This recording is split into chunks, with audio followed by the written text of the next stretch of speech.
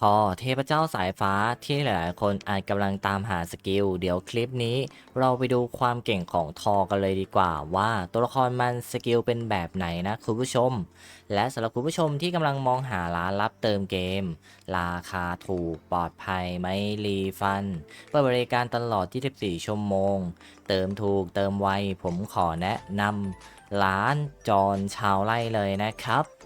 สำหรับวันนี้นะครับเราก็จะมารีวิวตัวละครท่อเทพเจ้าสายฟ้านะครับสำหรับตัวละครนี้เนี่ยหลายๆคนก็ถามมาว่าท่อเนี่ยสกิลเป็นแบบไหนนะครับก็จะมาให้ดูกันในคลิปนี้เลยว่าสกิลทอนั้นโดดเด่นหรือไม่หนึ่งเลยคือทอนะครับเป็นธาตุแสงกับธาตุไฟนะครับเน้นปฏิกิริยาเอลิเมนต์เนาะ ณที่นี้นะครับผมเองก็ไม่รู้ว่าคุณผู้ชมเนี่ยไปได้ข้อมูลสปอยอะไรมาจากไหนกันหรือเปล่าเพราะว่าหลายๆคนเนี่ยได้ถามเข้ามาว่าสกิลทออะไรมันเป็นยังไงบ้างอยากเห็นกันผมเองก็มานั่งนับในส่วนของดูตู้แล้วสำหรับตัว EX เนี่ยตัวแรกมันก็เป็นตัวอาพาโ o ไปแล้วและต่อมาเนี่ยมันก็จะเป็นตัวซับไปแล้วและต่อมาก็เป็นสายนักเวทไปแล้วดังนั้นถ้ามันไม่เอาซ้ำๆสายเนี่ยมันมีโอกาสที่จะเป็นสายค้อนและก็มีโอกาสเนี่ย ที่มันจะเป็นตัวทอนั่นเองนะ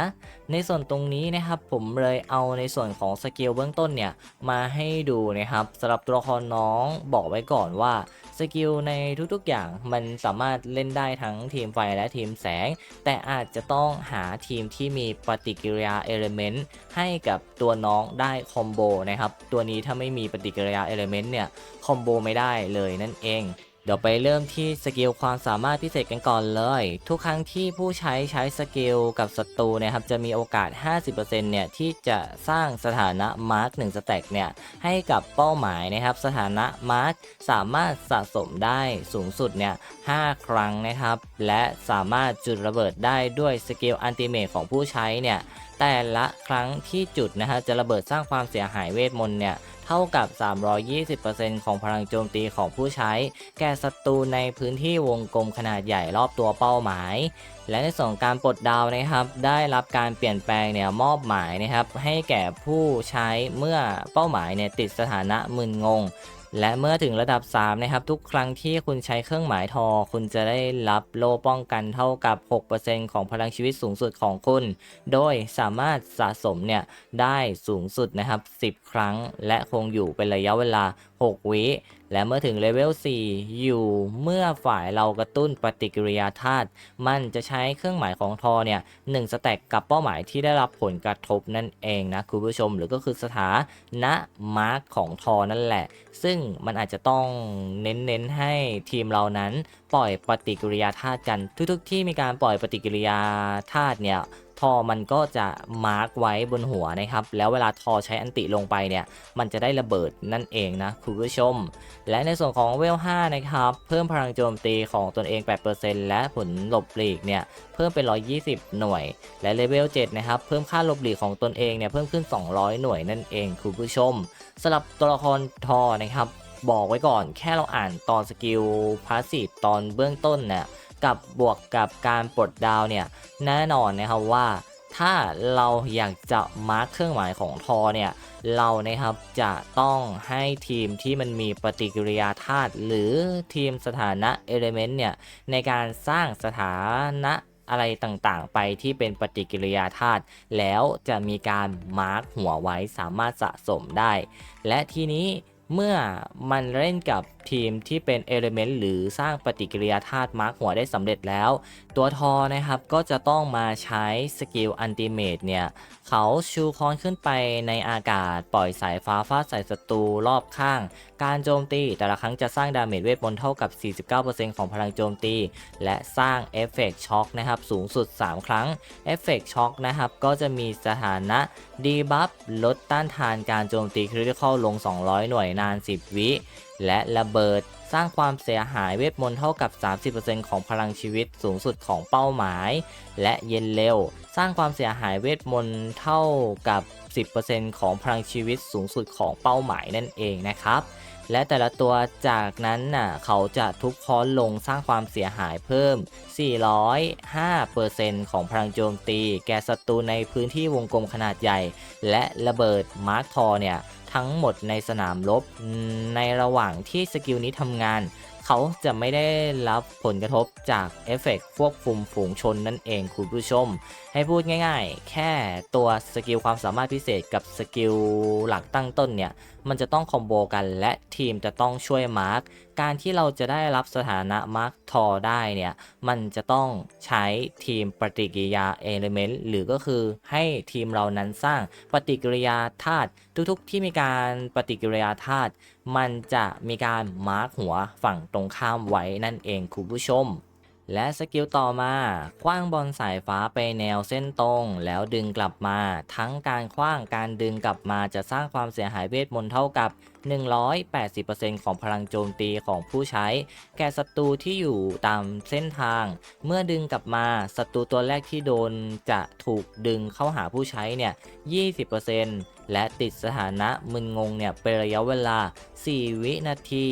หากการมึนงงสำเร็จผู้ใช้จะได้รับขวัญกำลังใจสามารถใช้ได้1ครั้งทันทีเมื่อเริ่มต่อสู้นั่นเองคุณผู้ชมและสกิลทักษะลับต่อมาขณะที่อยู่ในสถานะนี้เมื่อใดก็ตามที่วิญญาณพันธมิตรกระตุ้นปฏิกิริยาธาตุให้สุ่มมอบบัฟพรให้แก่วิญญาณนั้นโดยให้ความสำคัญกับพรที่ยังไม่มีเมื่อวิญญาณได้รับทั้งขวัญกำลังใจและจิตวิญญาณแห่งการต่อสู้มันจะเข้าสู่สถานะสง่างามขณะอยู่ในสถานะสง่างามเนี่ยวิญญาณจะได้รับสายฟ้าฟาดใส่ศัตรูพื้นที่วงกลมขนาดใหญ่ด้านหน้าสร้างความเสียหายเวทมนต์2ครั้งเท่ากับ 360% ของพลังโจมตีของวิญญาณและใช้เอฟเฟกต์ไฟช็อตเนี่ย2ครั้งคูลดาวน์พื้นฐานเนี่ยคือ6วิสกิลนี้สามารถสร้างความเสียหายโดยแปลงเป็นพลังชีวิตเนี่ย 100% ก็คือการดูดเลือดนั่นแหละในส่วนของตรงนี้นะครับเมื่อใดก็ตามที่พันธมิตรเราใช้ปฏิกิริยาธาตุสำหรับทีมปฏิกิริยาธาตุนะมันจะมีการมอบในส่วนของตัวบัฟพอเนี่ยให้กับตัวของตัวนั้นๆที่สร้างปฏิกิริยาธาตุไปแล้วถ้ามีรวมกันนะครับทั้งขวัญกำลังใจและก็ในส่วนของจิตวิญญาณของการสู้เนี่ยมันจะมีการปล่อยสกิลสายฟ้าเนี่ยฟาดนะครับไปยังศัตรูวงกลมขนาดใหญ่ด้านหน้านั่นเองสร้างความเสียหายอยู่ที่2ครั้ง 360% นะครับและก็จะทำให้โดนสถานะไฟช็อตด้วยนั่นเองคูลดาวน์อยู่ที่6วิต่อ1ครั้งนะฮะดังนั้นเนี่ยก็แน่นอนว่าเน้นไปที่ปฏิกิริยาธาตุอีกแล้วนะคุณผู้ชมและสกิลสุดท้ายนะครับจะเป็นการสร้างความเสียหายเวทมนต์เนี่ย 180% ของพลังโจมตีของผู้ใช้แก่ศัตรูพื้นที่รูปพัดด้านหน้าผู้ใช้และทำให้ติดสถานะช็อคเป้าหมายที่มีเครื่องหมายทอ2สแต็กขึ้นไปเนี่ยจะติดสถานะมึนงงนะครับเป็นระยะเวลา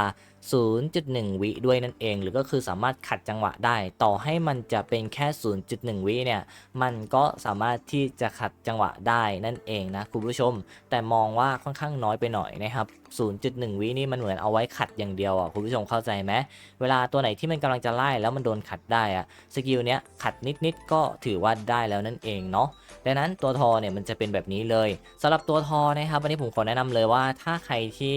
รักไฟหรือว่าเล่นทีมมังกรไฟเนี่ยตัวทอนั้นจะเหมาะที่สุดนะครับเพราะว่าตัวมันต้องการปฏิกิริยาธาตุเยอะๆซึ่งทีมไฟสามารถสร้างปฏิกิริยาธาตุได้ไม่ว่าจะเป็นธาตุน้ำแข็งหรือจะเป็นธาตุไฟ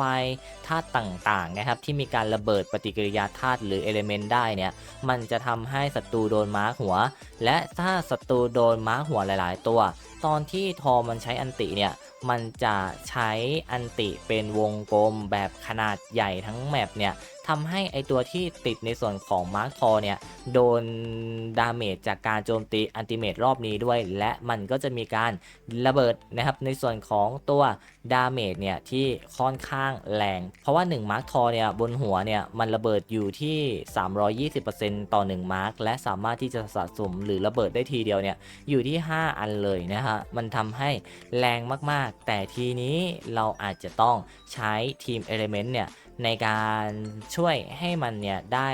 สร้างมาร์คทอบนหัวของฝั่งศัตรูเนี่ยได้แบบง่ายๆนั่นเองนะคุณผู้ชมจะต้องเล่นกับทีม Element ทีมแสงก็เล่นได้นะแต่ผมมองว่ามันอวยไปทางทีม Element มากกว่าเพราะว่าตัวละครมันถามจริงๆไม่ได้เอาลงเล่นทีมแสงมันก็แจกบัฟพรที่ค่อนข้างเก่งอยู่แล้วทุกๆที่ทีมเรามันสร้างสถานะ Element หรือว่าสถานะ